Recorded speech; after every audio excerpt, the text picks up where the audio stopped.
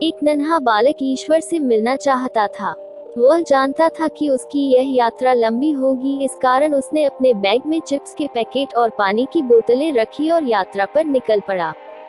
वह अपने घर से कुछ ही दूर पहुंचा होगा कि उसकी नजर एक बुजुर्ग सज्जन पर पड़ी, जो पार्क में कबूतरों के झुंड को देख रहे थे।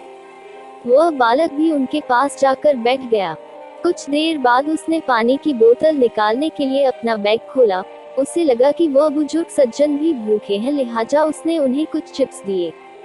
उन्होंने चिप्स लेते हुए बालक की तरफ मुस्कुराकर देखा। बालक को बुजुर्ग की मुस्कुराहट बेहद भली लगी। वह उसके दीदार एक बार फिर करना चाहता था, सो उसने उन्हें पानी की बोतल भी पेश की। बुजुर्ग सज्जन ने पानी लेते हुए फिर मुस्कुराकर उसकी तरफ देखा। बालक यह देखकर बेहद खुश हुआ। इसके बाद पूरी दोपहर वे साथ साथ बैठे रहे। बालक उन्हें समय समय पर पानी और चिप्स देता रहा। बदले में उसे उनकी भोली मुस्कुराहट मिलती रही। अब तक शाम होने को आई थी। बालक को भी थकान लगने लगी थी। उसने सोचा कि अब घर चलना चाहिए। वह उठा और घर की ओर चलने लगा। कुछ कदम चलने के बाद वह ठिठका और पलटकर दौड़ते हुए उस सज्जन के पास आया। उसने सज्जन को अपनी बाहों में भरा। बदले में बूढ़े सज्जन ने होठों पर और भी बड़ी मुस्कुराहट लाते हुए उसका आभार प्रकट किया। कुछ देर बाद वह बालक अपने घर चला गया।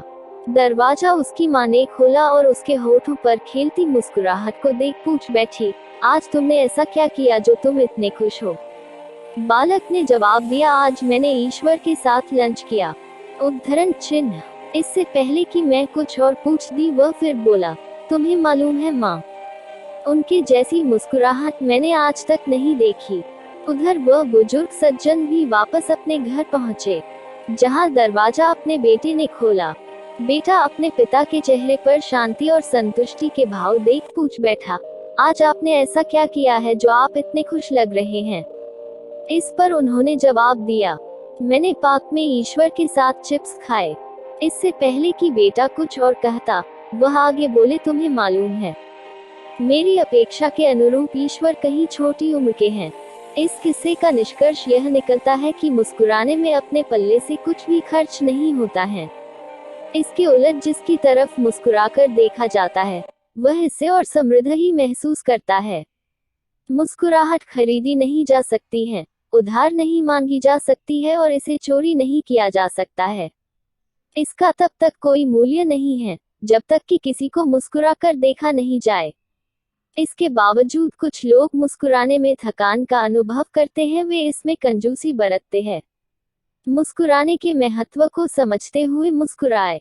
किसी को इससे ज्यादा और क्या चाहिए कि कोई उसे देखकर मुस्कुराए। किसी की तरफ मुस्कुराकर देखने से हमारा कुछ घटता नहीं है, बल्कि संतुष्टि और प्रसन्नता ही अनुभव होती है। एक बार अभी मुस्कुराए। दोस्तों, आपको ईश्वर से मुलाकात यह कहानी कैसी लगी कमेंट करके जरूर बताएं।